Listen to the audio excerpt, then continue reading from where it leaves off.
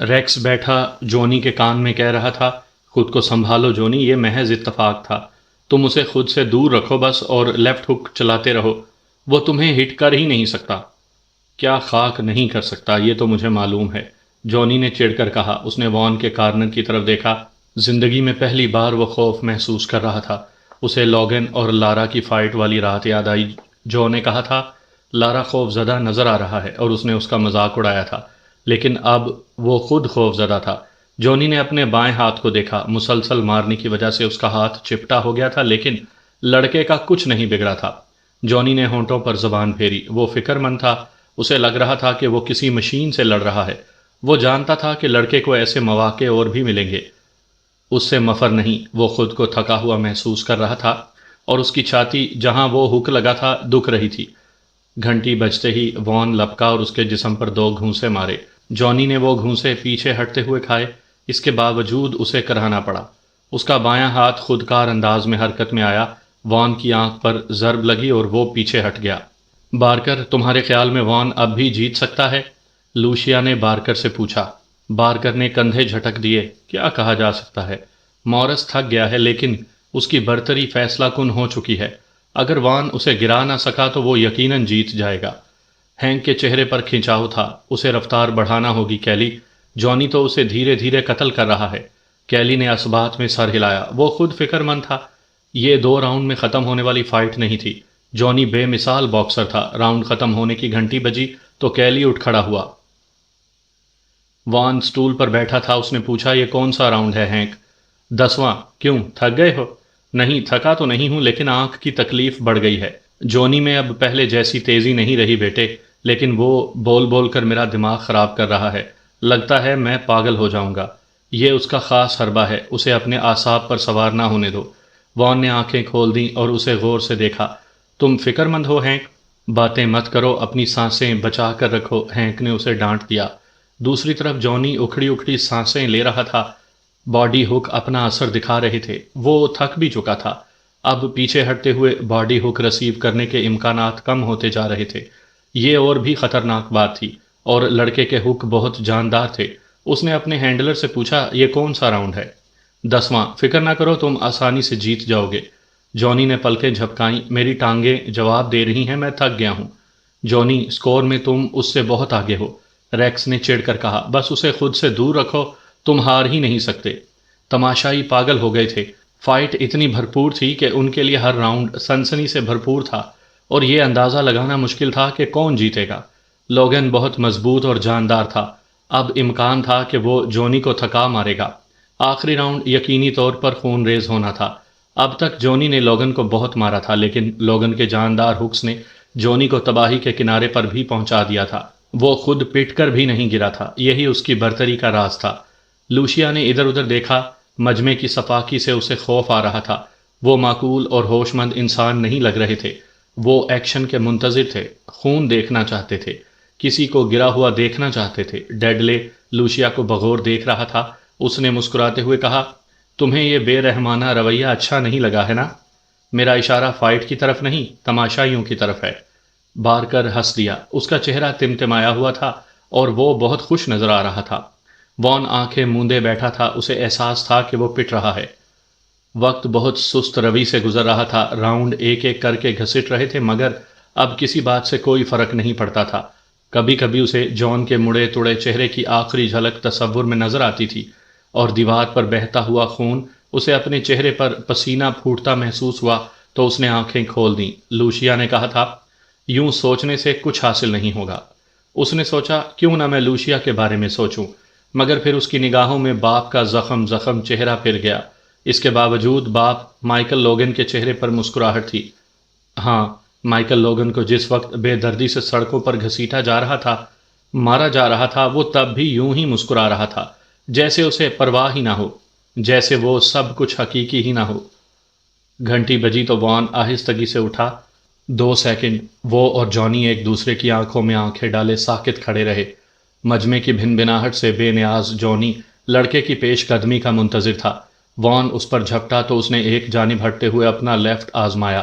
اس کی ٹانگیں جواب دے رہی تھیں اور پھرتی ختم ہو گئی تھی۔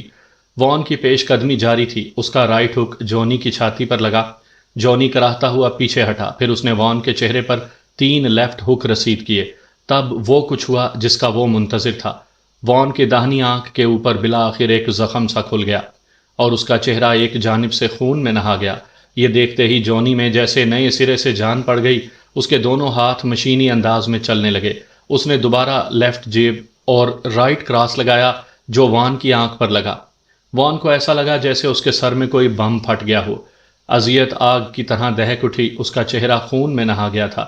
اس نے دونوں ہاتھوں سے چہرہ کور کیا۔ جونی اب دونوں ہاتھ نیچے گرائے اس پر جھپٹ رہا تھا، وہ مسلسل ہک کر رہا تھا۔ وان یوں گرا جیسے اس کا جسم بے جان ہو گیا ہو۔ اس نے اٹھنے کی کوشش کی لیکن درد مہیب موجوں کا روپ دھار گیا تھا، اس کی آنکھیں ابلی پڑ رہی تھیں۔ لوگ بری طرح چیخ چلا رہے تھے لیکن اسے آوازوں کی دھمک کے سوا کچھ سنائی نہیں دے رہا تھا۔ اسے ہینک کا چہرہ نظر آیا جو آنسوؤں سے بھیگا ہوا تھا، پھر کیلی کا چہرہ، اور اسے ریفری کی آواز چیخ کی طرح اپنی سماعت میں اترتی محسوس ہوئی۔ وہ رینگتا ہوا گھٹنوں پر اٹھا لیکن فوراً ہی گر گیا۔ اسے لگ رہا تھا کہ اس کی ٹانگوں کا باقی جسم سے تعلق ختم ہو گیا ہو۔ لوگ ہیجانی آوازوں میں چیخ رہے تھے، اسے ہوٹ کر رہے تھے۔ گنتی 9 تک پہنچی تھی کہ وہ اٹھ کھڑا ہوا۔ اس نے اندھوں کی طرح سامنے کھڑے جونی کو دیکھا جس کے ہونٹوں پر ڈراؤنی مسکراہٹ تھی۔ وہ آگے بڑھا، اسے اپنی ٹانگیں اکڑی ہوئی محسوس ہو رہی تھی۔ جونی کی نظروں میں بے یقینی اور انداز میں ہچکچاہٹ تھی، لیکن ریفری نے اسے دوبارہ فائٹ شروع کرنے کا اشارہ دیا۔ جونی آگے بڑھا، اس کا لیفٹ پھر متحرک ہوا۔ وان کا سر جھٹکے سے پیچھے کی طرف گیا۔ جونی نے ہک وان کے پیٹ میں مارا۔ اب وہ جلد از جلد فائٹ نمٹانا چاہتا تھا۔ وان کے ہاتھ پیٹ سے چپکے ہوئے تھے اور وہ جھول رہا تھا۔ اس کی زخمی آنکھ پر ایک اور لیفٹ لگا۔ خون اب بہت تیزی سے بہہ رہا تھا اور اس کے منہ میں جا رہا تھا۔ لوگ اٹھ کھڑے ہوئے، کچھ چیخ چیخ کر ریفری سے فائٹ روکنے کو کہہ رہے تھے اور کچھ جونی سے وان لوگن کو ختم کر دینے کی اپیلیں کر رہے تھے۔ وان آگے کی طرف گرا۔ گرنے سے پہلے اس کے گھٹنے خم کھا گئے تھے۔ 1 سیکنڈ وہ گھٹنوں کے بل کینوس پر گر گیا۔ گنتی 6 تک پہنچی تھی کہ اس نے آنکھیں کھولیں۔ وہ رسیوں سے چند فٹ دور ہینک کے مخالف سمت میں تھا۔ ہینک چیخ کر اس سے کچھ کہہ رہا تھا لیکن اسے کچھ سنائی نہیں دیا۔ اس نے سر جھٹکا، آنکھ کی تکلیف جیسے پورے جسم میں دوڑ رہی تھی، جسم میں جیسے سیسا بھر گیا تھا۔ اس کے ذہن میں بس ایک خیال تھا، اسے کسی نہ کسی طرح اٹھنا ہے۔ ریفری کی آواز میلوں دور سے آتی محسوس ہو رہی تھی، پھر وہ آواز آہستہ آہستہ قریب آتی گئی۔ ہینک نے ٹائم کیپر کی طرف دیکھا اور مایوسی سے سر ہلا دیا۔ اب تو کچھ بھی نہیں ہو سکتا۔ مزید 2 منٹ کی مہلت مل جاتی تو بھی وان نہیں اٹھ سکتا تھا، لیکن 9 پر وان ایک گھٹنے پر اٹھ بیٹھا۔ ریفری جونی کا بازو پکڑے ہوئے تھا، 10 سے پہلے پوری طرح اٹھ چکا تھا۔ جونی تیزی سے جھپٹا، وان نے ہاتھ بڑھا کر اسے روکا۔ اس کی سانس سینے میں نہیں سما رہی تھی۔ جونی کے 2 پنچ سر پر لگے، پھر ایک جیب چہرے پر، اس کے ساتھ ہی راؤنڈ ختم ہونے کی گھنٹی بج گئی۔ وان نے محسوس کیا کہ ہینک اور کیلی اسے اٹھا کر کارنر میں لے جا رہے ہیں۔ رسیاں اسے برف کی طرح سرد لگ رہی تھی اور پشت میں چبھ رہی تھی۔ اپنے سامنے روشنیاں اسے ناچتی محسوس ہو رہی تھی۔ کیلی اس کی گدی اور سینے کی مالش کر رہا تھا۔ ہینک اس کے پیٹ کو دبا رہا تھا جہاں تکلیف سب سے زیادہ تھی۔ وہ کچھ بڑبڑا بھی رہا تھا۔ پھر کیلی نے سالٹ کی بوتل اس کی طرف بڑھا دی۔ وان نے بوتل ناک کے قریب رکھ کر گہری سانسیں لیں۔ اسے دماغ میں بلبلے سے اٹھتے ہوئے محسوس ہوئے۔ اسے پھندا لگا لیکن وہ گہری سانسیں لیتا رہا۔ بالآخر دماغ پر چھائی ہوئی دھند جیسے چھٹ گئی۔ اسے سب کچھ واضح اور صاف نظر آنے لگا۔ بیٹے، لڑ سکو گے؟ ہینک شفقت آمیز لہجے میں پوچھ رہا تھا۔ نہ لڑ سکو تو ہم ہتھیار ڈال دیتے ہیں، بولو۔ وان نے آنکھیں کھول دیں۔ اب وہ خاصا بہتر محسوس کر رہا تھا، لیکن کمزوری اور تھکن اپنی جگہ تھی۔ پیٹ کا درد بھی قدرے کم ہو گیا تھا، لیکن متورم آنکھ کی تکلیف بہت شدید تھی۔ اس آنکھ سے وہ پوری طرح دیکھ نہیں سکتا تھا۔ نہیں ہینک، میں لڑوں گا، اس نے آہستہ سے کہا۔ تم فکر مت کرو۔ اس نے پھر آنکھیں موند لی اور ہموارانہ انداز میں سانس لینے کی کوشش کی۔ وائٹی نے اس کے سینے اور بازوؤں پر ٹھنڈا پانی ڈال دیا جس سے اسے بڑا سکون ملا۔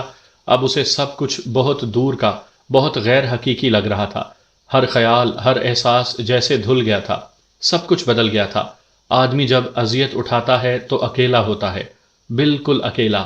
یہ وہ واحد موقع ہوتا ہے جب آدمی کو خود سے پوری طرح متعارف ہونے کا موقع ملتا ہے، یہ جاننے کا موقع ملتا ہے کہ وہ کیا تھا، کیا ہے اور اس کی قوت برداشت کتنی ہے۔ اور جب آدمی یہ جان لیتا ہے تب اس کے اندر اپنے احترام کا جذبہ جاگتا ہے۔ وہ سٹول پر سامنے کی طرف پاؤں پھیلائے بیٹھا رہا۔ اس کی کھوئی ہوئی طاقت اور توانائی تھوڑی تھوڑی واپس آ رہی تھی۔ گھنٹی بجی تو وہ خودکار انداز میں اٹھ کھڑا ہوا۔ لوشیا اپنی سیٹ پر سمٹی بیٹھی تھی، اس کے دونوں ہاتھ اپنے چہرے پر تھے۔ پچھلے راؤنڈ کے آخری لمحات میں اس کے ناخن اس کے چہرے پر غیر محسوس طور پر گڑتے رہے تھے۔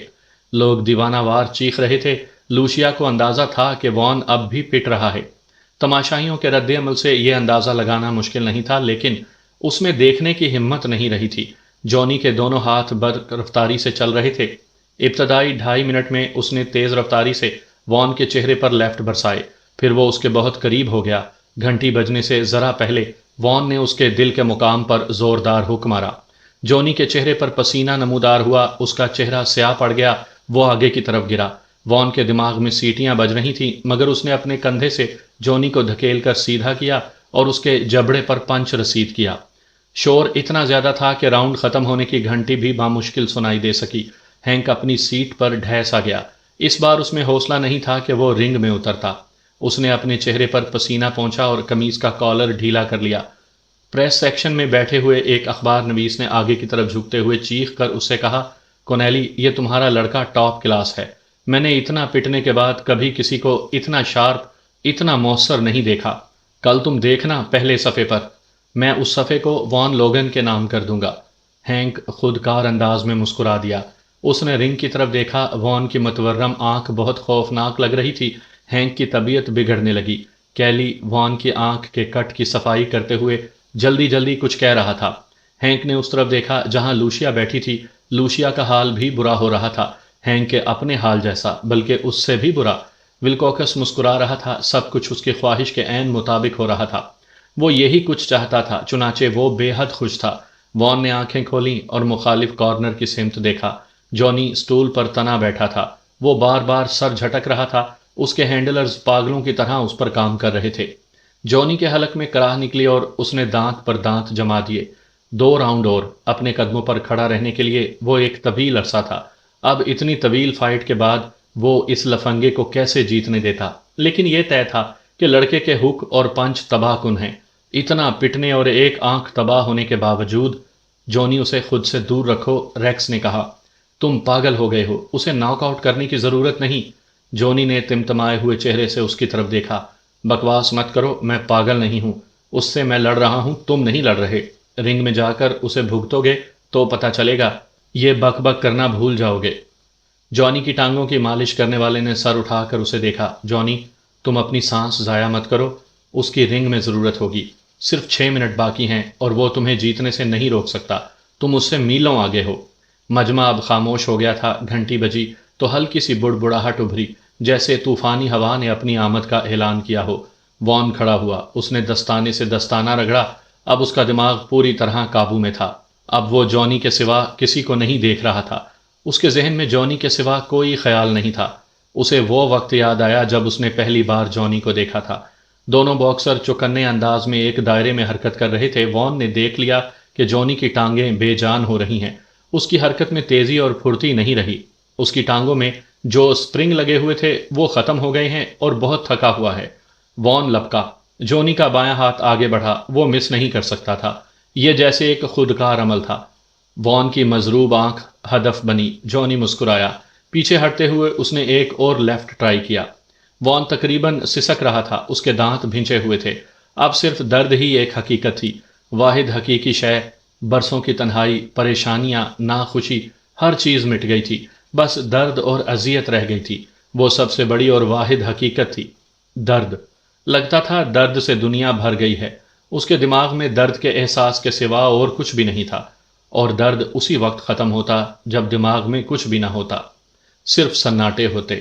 اسے ایک آنکھ سے کچھ بھی نظر نہیں آ رہا تھا۔ وہ اندھا دھند جونی پر جھپٹا اور اسے دھکیل کر رسیوں تک لے گیا۔ کسی کی سمجھ میں کچھ نہیں آیا کہ ہو کیا رہا ہے۔ کسی نے کچھ بھی نہیں دیکھا۔ انہوں نے بس آخری لمحے وان کے داہنے ہاتھ کو نیچے سے اوپر کی طرف اٹھتے دیکھا۔ اس کے ہاتھ کی رفتار ناقابل یقین تھی۔ ہدف جونی مورس کی ٹھوڑی بنی۔ اس کا سر پیچھے کی طرف گیا، اس کی آنکھوں میں دھند تیزی سے چھائی اور وہ رسیوں پر گرا اور آہستگی سے پھسلتا ہوا کینوس پر ڈھیر ہو گیا۔ وان دوسری طرف رسیوں کے پاس جا کھڑا ہوا۔ اس نے اپنے دستانے سے مضروب آنکھ کو سہلایا۔ اس کا سر سنسنا رہا تھا۔ اسے لگ رہا تھا کہ رنگ میں اترے کئی گھنٹے ہو چکے ہیں، وقت جیسے رک گیا تھا۔ وہ جونی کو دیکھ رہا تھا لیکن اسے پوری طرح دکھائی نہیں دے رہا تھا۔ ریفری جونی پر جھکا ہوا تھا، اس کا ہاتھ بار بار اٹھ اور گر رہا تھا۔ گنتی جاری تھی۔ وان سوچ رہا تھا کہ یہ معاملہ اب نمٹے گا یا نہیں۔ اس نے آنکھیں موند لی۔ اچانک اسٹیڈیم میں جیسے بھونچال آ گیا۔ ہینک اور کیلی رنگ میں اتر آئے۔ جن لوگوں کو وہ جانتا بھی نہیں تھا مربیانہ انداز میں اس کی پیٹھ تھپک رہے تھے۔ کسی نے اس کا داہنا ہاتھ پکڑ کر اوپر اٹھا دیا اور چیخ کر کچھ کہا جو اس کی سمجھ میں نہیں آیا۔ کیلی نے اسے لبادہ اڑا دیا۔ پھر لوگوں کے شور و غل کے درمیان اناؤنسر کی آواز ابھری۔ وان اندھوں کی طرح اپنے کارنر کی طرف بڑھا۔ وہاں ہینک موجود تھا، پیارا ہینک۔ وہ رو بھی رہا تھا اور ہنس بھی رہا تھا۔ نیچے ڈیڈلے اور بارکر تھے۔ وہ ہاتھ ہلاتے ہوئے چیخ چیخ کر کچھ کہہ رہے تھے۔ جاؤ، جا کر جونی کی مزاج پرسی کرو، ہینک نے اس سے کہا۔ وان کی سمجھ میں کچھ نہیں آ رہا تھا۔ وہ لوگوں کو ہٹاتے ہوئے بڑھا۔ جونی اپنے اسٹول پر تقریباً لیٹا ہوا تھا۔ اس کا حال تباہ تھا۔ ریکس نے وان کو آتے دیکھا تو اس کا منہ بن گیا۔ ہیلو جونی، وان نے کہا، کیا حال ہے دوست؟ تم نے زبردست فائٹ لڑی۔ جونی خالی خالی نظروں سے اسے دیکھتا رہا۔ اس کا پیچھا چھوڑ دو، ریکس نے تلخ لہجے میں کہا۔ تمہیں اس کے ساتھ جو کچھ کرنا تھا کر چکے ہو، بس اب چلے جاؤ۔ ہیلو ریکس، وان نے میکانکی انداز میں کہا۔ یہ واقعی زبردست فائٹ تھی۔ جونی نے زبردست کارکردگی پیش کی۔ ریکس اسے دیکھتا رہا، کچھ بولا نہیں۔ ہینک جیسے تیسے وان کو رنگ سے باہر لایا۔ ڈریسنگ روم تک کے سفر میں ہر شخص اس کی پیٹھ تھپکنے کی کوشش کرتا رہا۔ کیلی آگے آگے تھا اور لوگوں کو ہٹا کر راستہ بنا رہا تھا۔ ڈریسنگ روم میں وان ایک کرسی پر ڈھہ گیا۔ کمرہ اخبار نویسوں سے بھرا ہوا تھا۔ پھر لوشیا آئی۔ ڈیڈلے اور بارکر اس کے پیچھے تھے۔ اس نے بڑھ کر وان کا ہاتھ تھام لیا۔ وہ تقریباً رو رہی تھی۔ اس نے ٹٹولنے والی نظروں سے وان کے چہرے کو دیکھا۔ دونوں چند لمحے خاموشی سے ایک دوسرے کو دیکھتے رہے۔ پھر لوشیا نے اس کا ہاتھ چھوڑ دیا۔ اس کے انداز میں مایوسی تھی، جیسے وہ سب کچھ ہار گئی ہو۔ وہ جانے کے لیے پلٹی تو وان نے اچانک اس کا ہاتھ تھام لیا۔ لوشیا نے پلٹ کر وان کی آنکھوں میں دیکھا۔ اس بار وان کی نگاہیں بے تاثر نہیں تھیں۔ اس بار ان میں اس کے سوال کا جواب تھا، مثبت جواب۔ لوشیا کا ہاتھ تھامے وان کرسی پر بیٹھا، اپنے اور لوشیا کے ہاتھوں کو دیکھتا رہا۔ اس کے ارد گرد لوگ باتیں کر رہے، ہنس رہے تھے۔ وہ سب لوگ جو اسے جانتے تھے، پسند کرتے تھے، اس سے محبت کرتے تھے، وہ سب بہت خوش تھے۔ وہ خاموش بیٹھا سوچتا رہا، اتنے لوگ اور پھر لوشیا، اتنے چاہنے والوں کے ہوتے ہوئے بھی کوئی تنہا ہو سکتا ہے؟ ہاں، رنگ میں آدمی تنہا ہوتا ہے، وہاں کوئی اس کا نہیں ہوتا، اور وہاں سب سے حقیقی چیز اذیت ہوتی ہے، درد ہوتا ہے، لیکن اس کے بعد محبتیں ہی محبتیں۔